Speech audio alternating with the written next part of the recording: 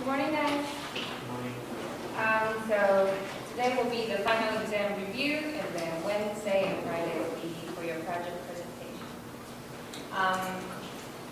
Who hasn't known about the date for final exam? It will be next Wednesday. It will be early morning, 8 a.m. 8 a.m. to 9. So it will be around 10 minutes.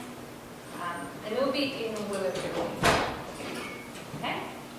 So since it's a bit longer, so the time will be longer, so the problem will be a bit more. But again, it's cumulative, so everything that we have talked so far in the semester. Okay? So the format for the exam this time, we will be having 5 problem sets.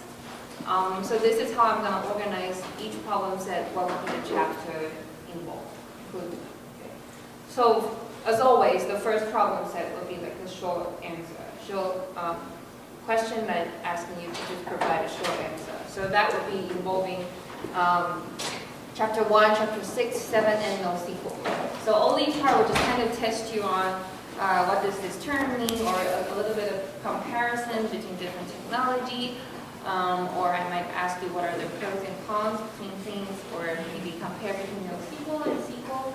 These kind of very simple questions. Or I might ask you what is JDBC, what is embedded SQL, so on. Okay.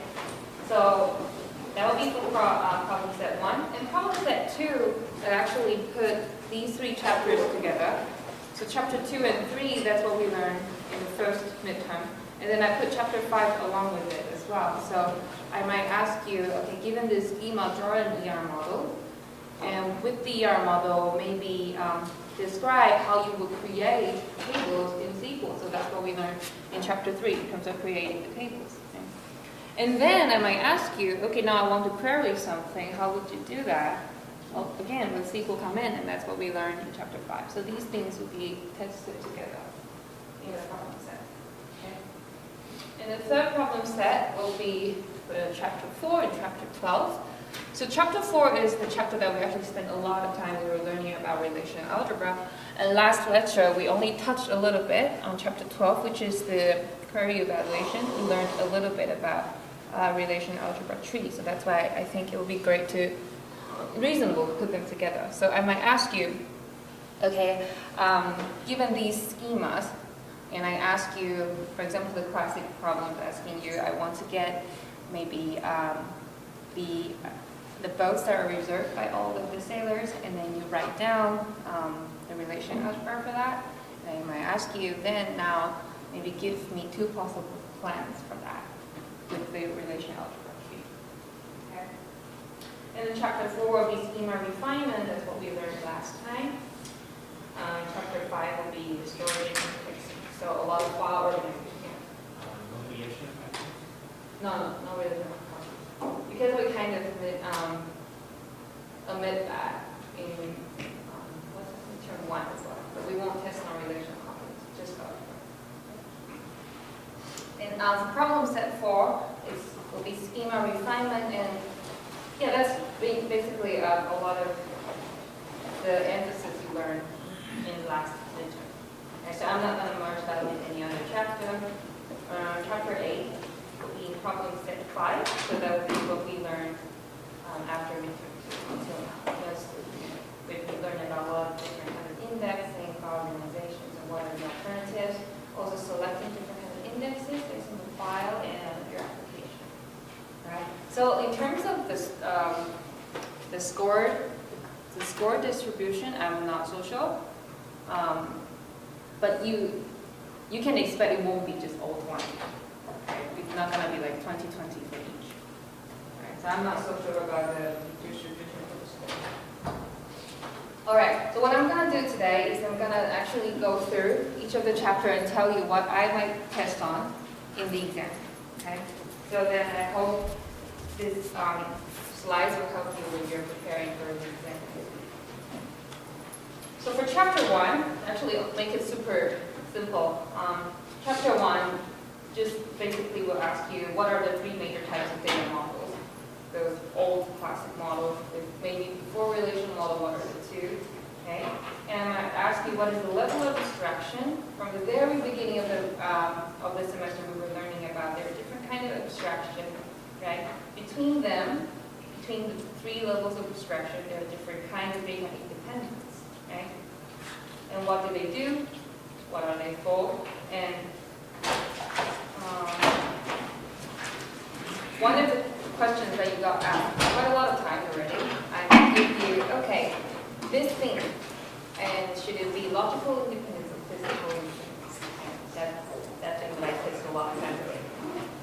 All right, and the third one was, I might just ask you what is the AC property, what does A stand for, what does C stand for, okay? So that would just be for chapter 1. I won't really test a lot of detailed stuff in chapter 1, because compared to the stuff you learn later on, there are quite a lot more important. So, along with chapter 1, in short answers, we'll also ask chapter 6. So chapter 6 is mainly focusing on data application.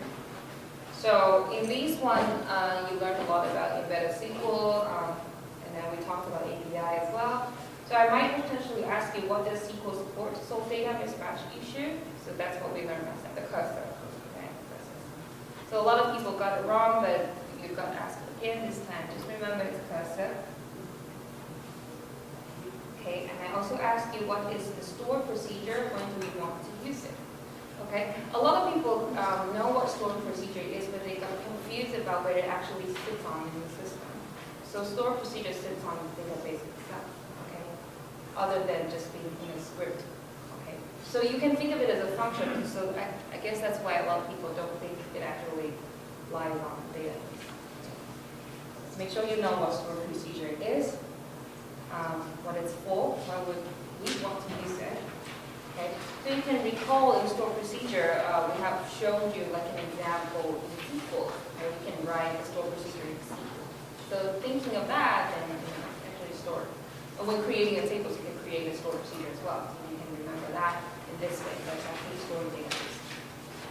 All right. Along with that, for chapter 7 has a lot of more trivial concepts. So potentially I'll ask you, what is HTTP? What are the properties of it?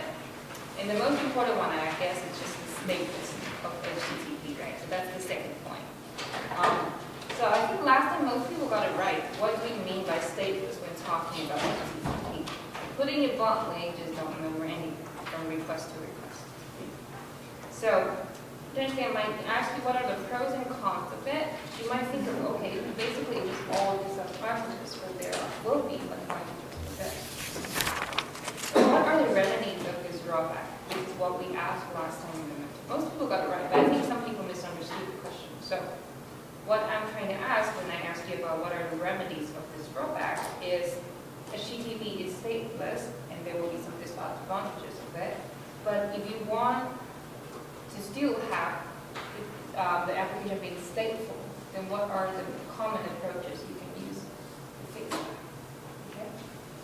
So last time, the answer I was looking for would be, for example, you can change the URL, maybe append different information on the URL so that can be known between sessions, or you can use cookies, the really common one. So either change the URL or click.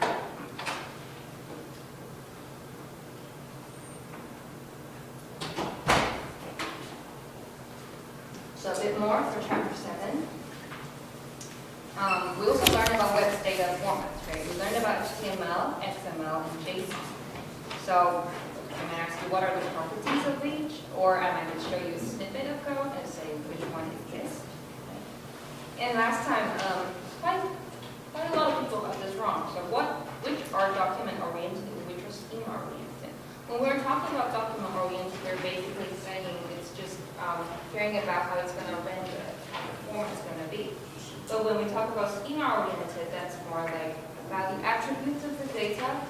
Okay, so you can think of the schema you learn in the relational model for the tables, right? The schemas.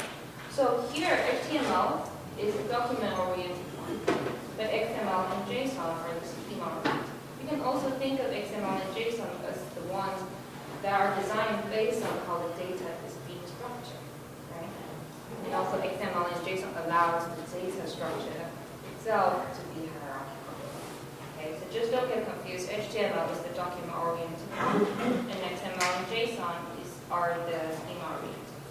Right? And lastly, for chapter 7, we also talked about the 3-tier architecture. If you remember. So what are each tier for? And just like last time, I might ask you the difference, but last time I gave you some technology and say which tier it should go to.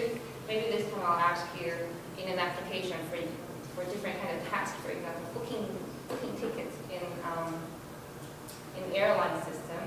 Okay, I might ask you, given this task, which tier should it belong to? Okay, maybe displaying on the machine. So that very simple should be presentation tier. Okay, or you can think about checking the available slots, which tier should it go to?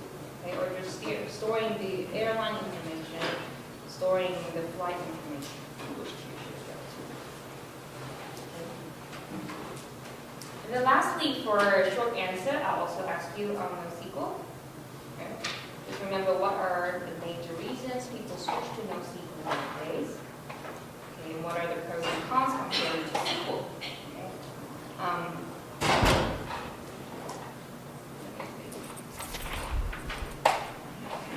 Yeah, and then also, just like last time, I might give you MongoDB command and you explain what it's doing. But I might not ask you as detailed as last time by each part. I might ask you very briefly. And since you have done the homework already, it shouldn't be hard in terms of this question. Okay, so that would be all for a short answer. Okay, it would just be like a really short, just asking what is this, what are the pros and cons of this kind of problem. All right, and then from here on, we're going to go back to the materials that you learned very, very early on in the semester. I hope you guys still remember. So that would be chapter 2, the ER model. Okay, I guess you guys are really familiar with it since you do the project with it anyway. So I might give you a schema and then drop down how the ER model of that entity set should be. Okay, so you guys should all remember. Again, I forgot to put underline right here. But you guys should remember the rectangle is for the entity set, and then the ovals are for the attributes. Okay, and then I forgot to underline it, but if you underline it, that means it's the primary key. But given a schema, you need to just draw a very simple entity set for me. Right. Also, you remember what is a key constraint and what is a participation constraint. You guys remember which are the arrows, which are the thick lines. Okay. Also, what is the weak entity and how do we draw it on your diagram? A weak entity, a lot of times we just think of it as the beneficiary for a policy, maybe in a department employee table, right? So you can think of it as dependence. And how do we identify it? So how will you draw it on your diagram? Basically, the rectangle will be the thick line, right? And how do we identify it? Retrieve it, let's say. So you need to have a key of the owner, and then the partial key for the weak entity as well. So that's together that you can identify. Okay? Okay, let's get to each point separately a bit more. So let's talk about key constraint a bit more. Key constraint, yeah, okay, this one. If you recall this one, on the left side is employees, right side is department. So if employee to department is 1-to-1, how will we draw those two lines? Remember? Do we let it stay that way, or we change it up a bit? 1-to-1.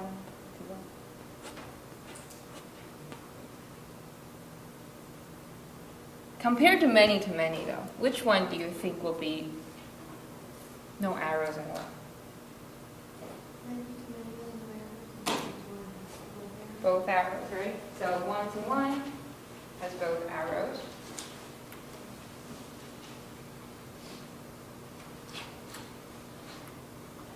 How about this one? Employees, departments being many to 1. Arrow on which side? Down there.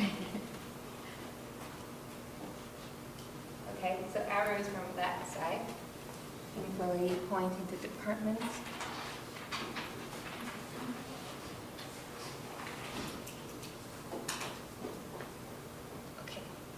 And this one, compared to that one, it's very easy to use arrows the other way around. Okay. So for this one, one to many, it should be pointing from departments. Okay, lastly, for many to many, there are just no arrows. Okay, it just stays the same. All right, so that would be for key constraint. Okay. Here we didn't put participation constraint, but participation constraint is the thick line. Okay, it means have to have at least one. Okay, so key constraint, you can think of it as a closed loop. Right? So let's take a look at weak entity. So for weak entity, okay, so in this one, we have employees and dependents, and the relationship between them is the policy. So which one is the weak entity? The dependent is the weak entity. I thought I printed it out, but okay, so dependent is the weak entity, and which one is the identifying owner? Employee is the identifying owner, okay? And then, so what should you do to denote this one, since it's the partial key for dependence? The dotted underline. Okay, so that would be for that one.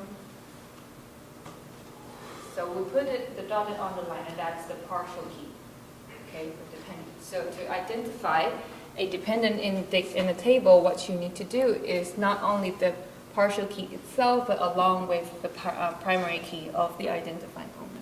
Okay, so with the SSN and the P name, then you can identify the certain dependents. All right, and also remember, for a dependent, it has to have an identifying owner in the database for sure. So that's where the thick line comes from. Okay, and in terms of the arrow, I think when we talked about it, we say it has to have an arrow, but the more I think of it, it really depends on your application. Now we just assume it can only be exact one identifying owner, but in practice, maybe a dependent can belong to multiple identifying owner. For example, the spouse in the university. But for here, it means the exact one. Okay, and also don't forget this one, the diamond right here. The relationship also will be a thick line for identifying the relationship for weak entities. Okay. A little bit more on the ER model. So what is a hierarchy? Remember that's the triangle, right? And what is aggregation in ER diagram? We kind of touch on it really rarely, okay? But for aggregation, you just remember it's the dotted box around a relationship sets. Okay, so that's all for the ER model. And then relational model, kind of based on the ER model that we talked about. For relational model, I just asked you, how would you create this table? Okay.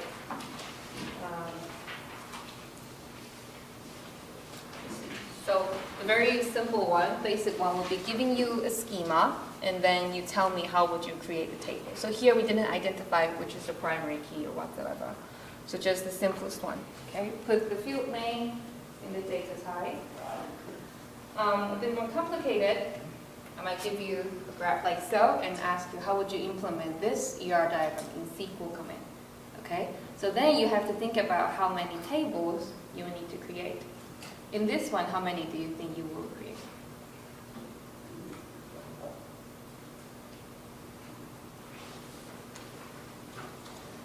Two or three? So we need a student's table for sure. And we need a course table. Do we need an enrollment table? Yeah. So we actually need 3. Okay, so the times that you might not need an enroll table is when the participation here, or the constraint here, is different. So if you recall, we have this manager and department relationship, right? So if a department certainly will only have one manager, then we don't need the manager's relationship. okay? But here, because it can be multiple, it can be many to many, so you want to keep one table for each, okay? And just remember when you're creating table, you might want to pay attention to the foreign key, all right? So which one is referring to, for example, in the enroll table, when you store the SID from the student, the foreign key, then you have to say it's referencing to the student's table, right? And also when you put the course ID, CID, it's referencing, foreign key is referencing to the course table. Okay. Also, if I provide you with the SQL commands of creating the table, so you know the constraints of it already, and I show you what are the data stored inside each table, and I ask you, okay, if I do each of these actions, what would happen? Okay, I think in midterm 1 we tested something similar to that, right? I give you the table and I give you the SQL commands I use to create the tables, and I ask you, now if I delete a tuple, will I get rejected because the foreign key constraint? Okay, and so on.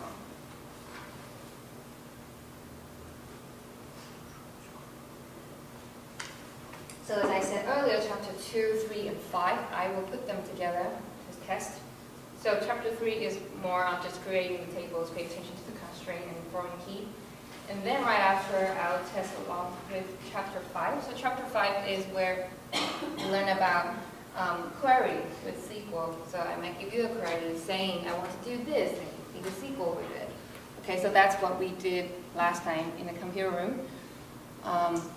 So maybe, given the same query, you'll be asked to solve it in different ways. Okay, so maybe with the set operators, without set operators, or I want you to do nested or non-nested, or correlated or non-correlated. If I don't specify, then you can do however you think that will work. Okay, or even simpler, I might give you the queries and the tables, and then you just answer what will be the return results. Okay. I won't really test too much on writing codes on the paper because I don't like it, but I think the more important is giving you the code, whether you can understand it. Just read it through and then understand what's doing. All right. And then, so that will be for problem set 2. And then problem set 3, we'll start with chapter 4, which is the relational algebra that we spent quite an amount of time with. Just to remember what these operators are, okay, what are selection and projection. And last time we found out, you also remember, it's easy to get confused with the selection in relational algebra and the selection in SQL, right? So just remember the selection right here is select based on criteria, so it's the where clause in SQL. The projection in here is actually the select clause in SQL. So selection in relational algebra is like selecting the rows. Okay, projection is selecting the columns. Okay, so just refresh a little bit on what each of them are doing. And also don't forget, in join we have a couple of different joins. Okay, natural join, equal join, equijoin, right? Okay, or you can specify other attributes that you want to compare. And also for aggregation, I think aggregation and division is a bit tricky. So division is just basically we use it whenever we think of get, for example, get the sailor who have reserved all the boats. This kind of all of the something. The keyword is all. Then that's where you will use division. And when we do aggregation, remember there are two types. One with just one argument. One is having two arguments. So the one with two arguments is the one you can actually do grouping first. Right? You can group by something and then do the computation. So the computation is the aggregation function. You can do summation, you can do mean, simple stuff like that. Okay? So just don't forget what aggregation is doing. This time I might specify if I wanted to do group by, I would say do it with the alpha operator. Because last time, if I say find the average ratings of the sailors based on the color of boats they booked.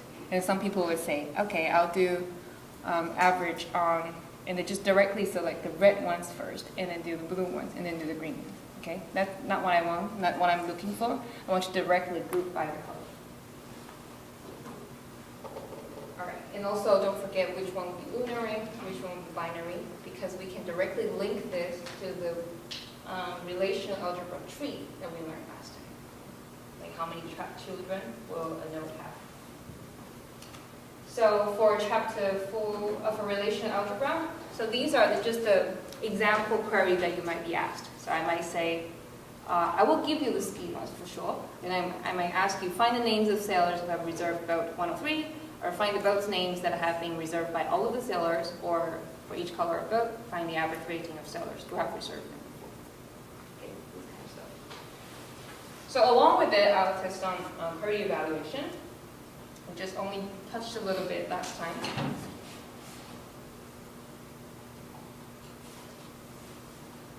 So, for query evaluation, I won't ask too much because we didn't spend that much time on it. But I might ask you, what is the query execution plan? So like last time we drew the relational algebra tree, and then on each node we actually said what are the algorithms we want to use to do that, to do this operation. So the relational algebra tree plus the algorithm is the query execution plan. Okay, because you're planning how you actually execute it. But if you only put the relational algebra tree, that's not a query execution plan. Okay, so you have to plus the algorithm. So that is a query execution plan. So if I give you a relational algebra, okay, just like what you wrote earlier, then can you draw the corresponding query execution plan? I won't really mind what the algorithm of it will be, so anything will do. Just tell me if it's done on the fly, okay, if it's done through scanning, if it's done through just simpleness to it, like we said last time. Okay, so you put those algorithms inside. All right. So also, if you recall last time, for our same relational algebra, we can actually draw the trees in different ways, right? So I might ask you, how can you change the tree structure of a query execution plan to make it more optimized? So last time, remember, we have two plans for the same relational algebra, and we say, if you do, for example, do projection a bit more near to the leaf, right? Then the intermediate results when we pipeline it up will be smaller, so that's better. Okay, so I might ask you, how can you change a tree based on this kind of thing? Okay. So that will be all for problem set 3. Okay, so that's what might happen. And for problem set 4, that's what we learned a lot about last time, in last lecture. So basically it asks you on schema refinement. But this time I think I will lower the amount for computation. So I might not ask you too much on minimum cover or closure. Those things. Okay. But what I might ask you is, can you find the candidate key on a schema given the function entities, or given, this is super simple, given you the derivation of function dependencies, can you state which Armstrong axiom it is based on? Okay, just transitivity or so on, right? Just tell me what it is based on that we get from A to B. All right. And also, what are the definitions for each normal form? Okay, maybe giving you a design, like last time, you have to go through each step. So this time I might ask you, giving you this design, can you say whether it is in third normal form already, or it's only in second normal form, right? Yeah. You want the decomposition? Yeah. In the next slide. Yeah, so I will also ask you about decomposition. Let me see. I'm leaning toward asking you whether it's a lossless or dependency preserving. Okay, so that's what I'm more interested in. So I might ask you,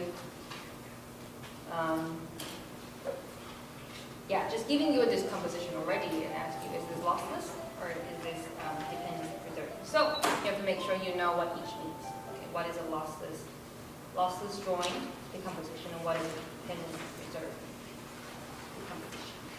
Okay.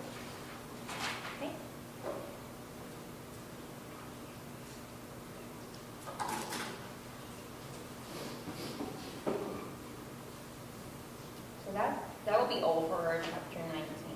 It will take up a whole problem set, but I don't think I'll put equal amount of score. I'm not sure. Okay, and lastly, for the last problem set of chapter 8, so that's what we learned after midterm 2. Okay? So what is the unit of read or write? Page, right? So that's the unit of page. Okay? So I might ask you, what are the types of file organization? So what does each of them mean? So we have heap files, we have sorted files, and index. Okay? So you need to know what each of them means. Okay? And so that's it. And then later on, I'll show you, we'll ask you maybe, like we were analyzing the cost of it for each operations on these file organizations. Okay? So a bit more, we also have different alternatives for data entry. Okay, you remember what data entry is. So we have different alternatives for it. So we have alternative 1, alternative 2, alternative 3. Alternative 1 is the one with actual data record in there. And alternative 2, you can think of it as just a pair of the data entry and the record ID, RID, record ID. Okay? And alternative 3 is not just pair, it's the data entry, but with list of record IDs. Okay? So I might show you, like, I think in the last lecture we have the different kinds of indexes on a file, same file, and I might ask you, so they might be all in alternative which one? Okay, so that one, when we were showing it, it was all in alternative 2 because for the same K, they still store different tuples for the RID. Okay, so that was alternative 2. But if I store it in a list for the same K, then that's alternative 3. So I ask you what are the pros and cons for each? Okay, so if you go back to look at it, we have the pictorial presentation for each of them, and we also talk about why we want to use this, or maybe from alternative 1, why do we move on to alternative 2? Okay, and also for one file, when you want to do data entries, how many alternative 1 can we use? Or should we use? Because alternative 1 is the one with the record, but the other one's going to have the record too. So you want to use at most one alternative 1. Okay, you don't want to use more than one, because if you use more than one alternative 1, then you are storing redundant of the data records. So you don't want to store unnecessarily that many. Okay, but you can have a lot of different alternative 2 and alternative 3. Okay. All right. And also for index classification, what is the difference between cluster and uncluster? Okay, so do you remember that you can think of it as we were talking about in the tree structure when we get to the very bottom of the tree, like the leaf, right? We have data, we have pointers pointing to data records from the data entry. And if it's clustered, you can just judge by how the pointers look, right? If they're put in a more organized way, more in groups, then that's the cluster. But if it's unclustered, then the pointers are not going to follow any kinds of order. Okay? And what's the difference between that, and what's the consequence of that kind of design difference? Okay? And also, how is hash-based index influenced? If we recall, we spent a little bit of time drawing hashing on the board, right? We have different buckets. We have hash function, so we can hash a value based on the hash function and decide which bucket we will go to. Okay? So that's mainly for hash-based. And we also talked about how you design the hash function matters a lot, because that decides how things in the buckets are going to be distributed. Okay, so the hash function you want it to result in as even as possible. So that's for hash-based. And how about tree-based? When we were learning about tree-based, how is it done? So the simplest way you can think of it as binary search, almost. Right? You go to the root of the tree first, and then you see is the value you're looking for smaller or greater equal to the value of the root, and then you can decide which child to go to. Okay, so that's how you will organize your data entry based on the tree structure. So for tree structure, we learned about different kinds of tree structure. One of them is the ISAM. So how does ISAM work in action? What happens when we insert new data entry with the corresponding leaf pages full? Anyone remember when it's overflow page, right? So for ISAM structure, the tree structure itself, the index, are created at the beginning. Okay, so once it's created, the index structure will not change anymore. All right? So then that's fixed. So every time when you want to add an entry, you follow the fixed structure of it. Okay? But today, the problem that will cause is maybe for a certain leaf pages for storing data entry, it might get full. So if it gets full, we just change overflow pages on it. Okay, so that's actually the major drawback for ISAM. Okay, because the whole meaning of using tree structure is that so the traverse time of the whole tree will be short, so you can shorten this searching time. But if in the end you actually have a leaf page chaining so many overflow pages, then completely lose the point, right? Because you still have to traverse through all of the overflow pages.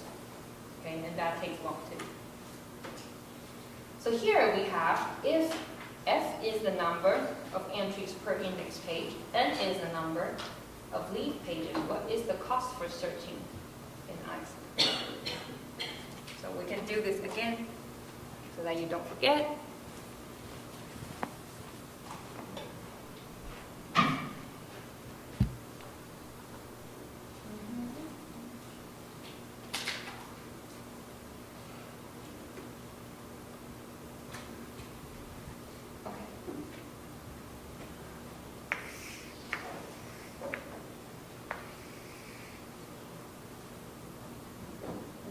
N is the number of leaf pages.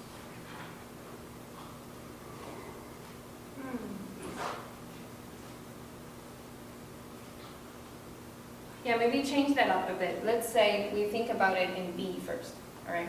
Think about a number of pages in B. Let's forget about leaf pages, but think about the total number of pages is B, okay? And then think about,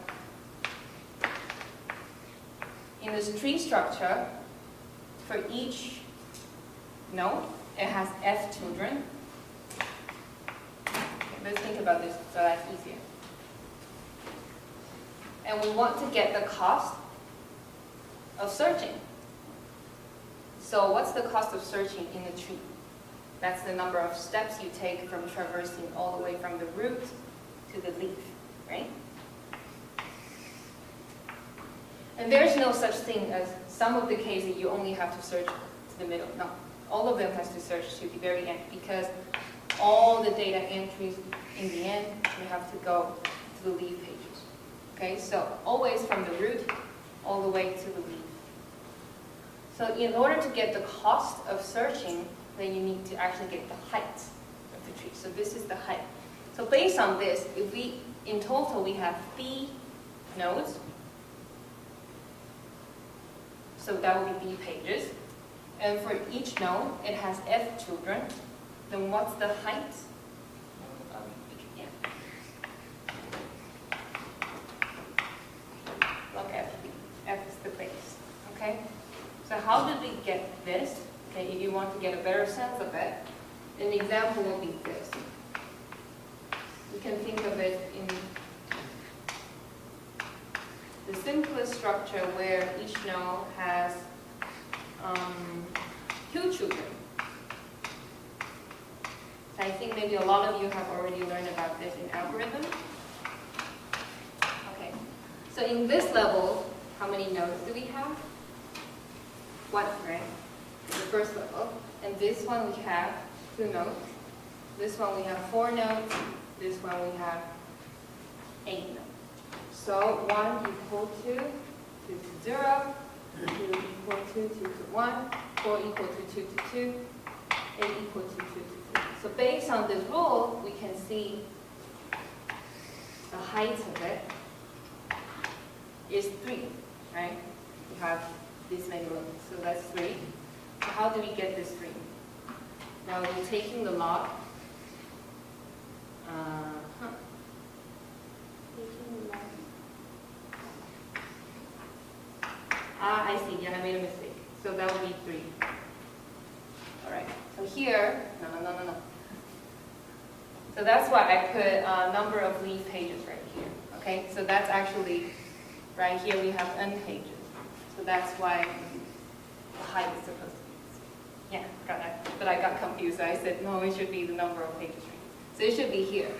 Okay, leaf pages is we have n. So that's how we can get the height. And you do think of it in the simplest example. So you can think of it right here. We have 8 pages at the leaf, right? So how can we get the height? And because we know for each note it has 2 children, so if we take log 2 to the number of pages in the leaf, and we get the height. Okay?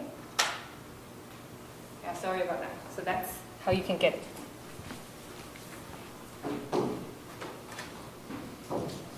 All right. So earlier we talked about ISAM, whenever you have a data entry, but the leaf pages that you want to insert is already full, we chain an overflow page to the leaf. So you just use a point chain and add more pages. So that might potentially become the major drawback for ISAM.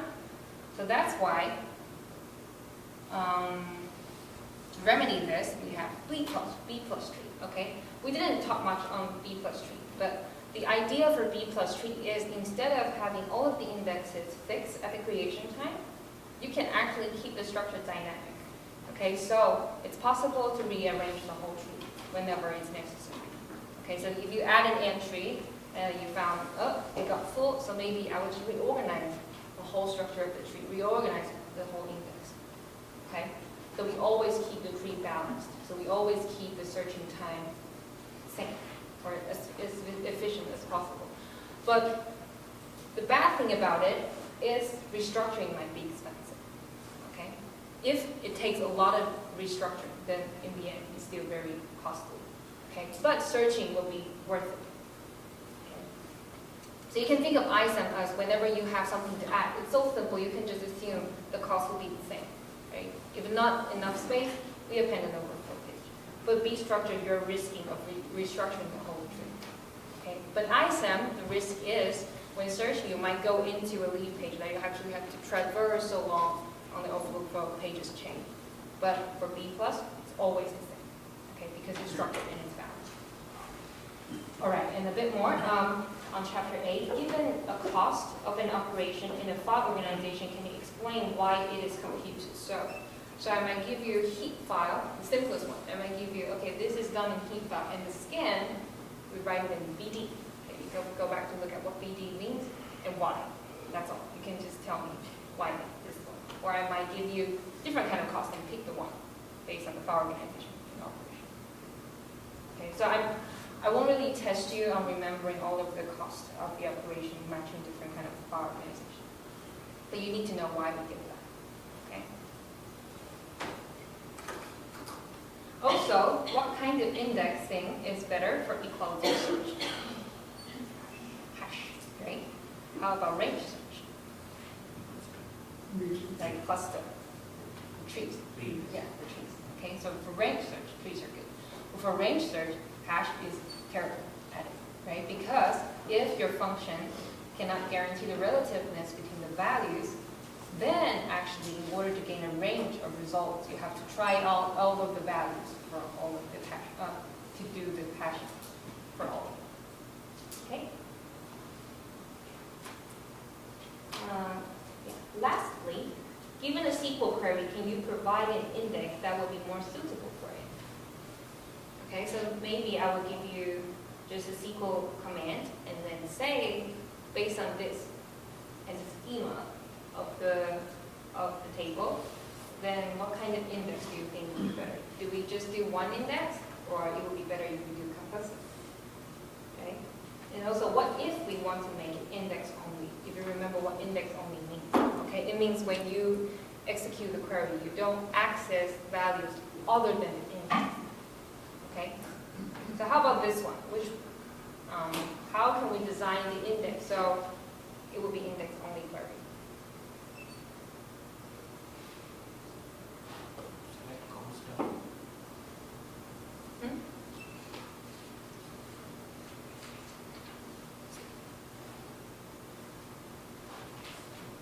What are the attributes you think we should use for the index? Do we just use one or do we need one?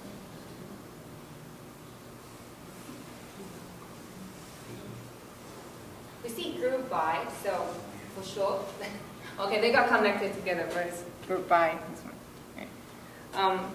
So group by the department number. So for sure, we want the department number to be in the index. Okay, but if you only use the department number, then when assessing this, the age, it will still access the age, and age at the time is not indexed. So you want both the department number and age. Okay, that's just that simple. So you just need to identify what are the ones needed. Yeah. Order doesn't matter when you ask a question like this. Yeah. But if I only ask you for index only, then order doesn't matter. So because order actually influences the performance rate. But for this one, I don't care about it. All right. So that's all I will touch on. Mostly, I guess. I won't really go outside what I've mentioned so far today. Okay. So just a bit before you go, don't forget presentation is this Wednesday and Friday. So I want to do it in class so we don't have to meet outside the class, but then that means we have really short time. I hope you guys don't mind the presentation time is a bit shorter. So each team will be 8 minutes, if that's okay. All right? And the team already sent out which team will present on Wednesday, which team will present on Friday. So Friday we have more teams because on Friday it's okay to use this classroom a bit long. But if you have to go early, then that's fine. Okay? Because on Wednesday we have a class right after. So I will expect you to give me a really short presentation. You don't have to do like the first time and second time. The slides doesn't have to be that many. We will put more emphasis on demonstrating to the whole class of your projects. Okay, so I will need you to do a live demonstration. Okay, show me the functionality. Go through as many as possible within the 8 minutes. So for short presentation, you can just talk about what are the challenges we have faced, and so far what have we done, what are the goals we have hit, and what we just can't do it, but then we'll try. Okay, so, and also maybe which team member takes care of which, this kind of little things. You can talk about it, but put more emphasis on demonstration. And also, I want to give you more time to prepare the presentation if you want to really do it until the last minute. So instead of saying submit it the midnight before, you can submit it at 7 a.m. before. So if you want to wrap it up, okay, before you leave the house or something, that's fine. Okay. And also we have homework 6, super short and easy, due this Friday. It will just be on relational algebra tree and adding a bit of the algorithm, making the queries. Okay, so it's a rather open-ended homework, so there's no completely right or wrong. But if you know the idea, then that's fine. And don't forget the final is next Wednesday, 8 a.m. To 9:50. I didn't choose the time, so don't hate me for being so early. So that will be the final exam, and it's 362 at Willa. And again, you can bring cheat sheet. Okay, this time you can bring 3 of them. So you can just take the 2 from last time, and then the other one for the rest of the materials. Okay, again, handwritten. Do we have to prepare a project report? Oh, you mean the report? Just make it accumulative, like that. Just add a bit what you have done. Yeah, then that would be the final. So we need to do the presentation. That would be great, but oh yeah, for the report, give me by the end of Friday. Okay, but if you want to give me when you do the presentation, that's fine. Okay? I think that's it, yeah. So I'll see you on Wednesday.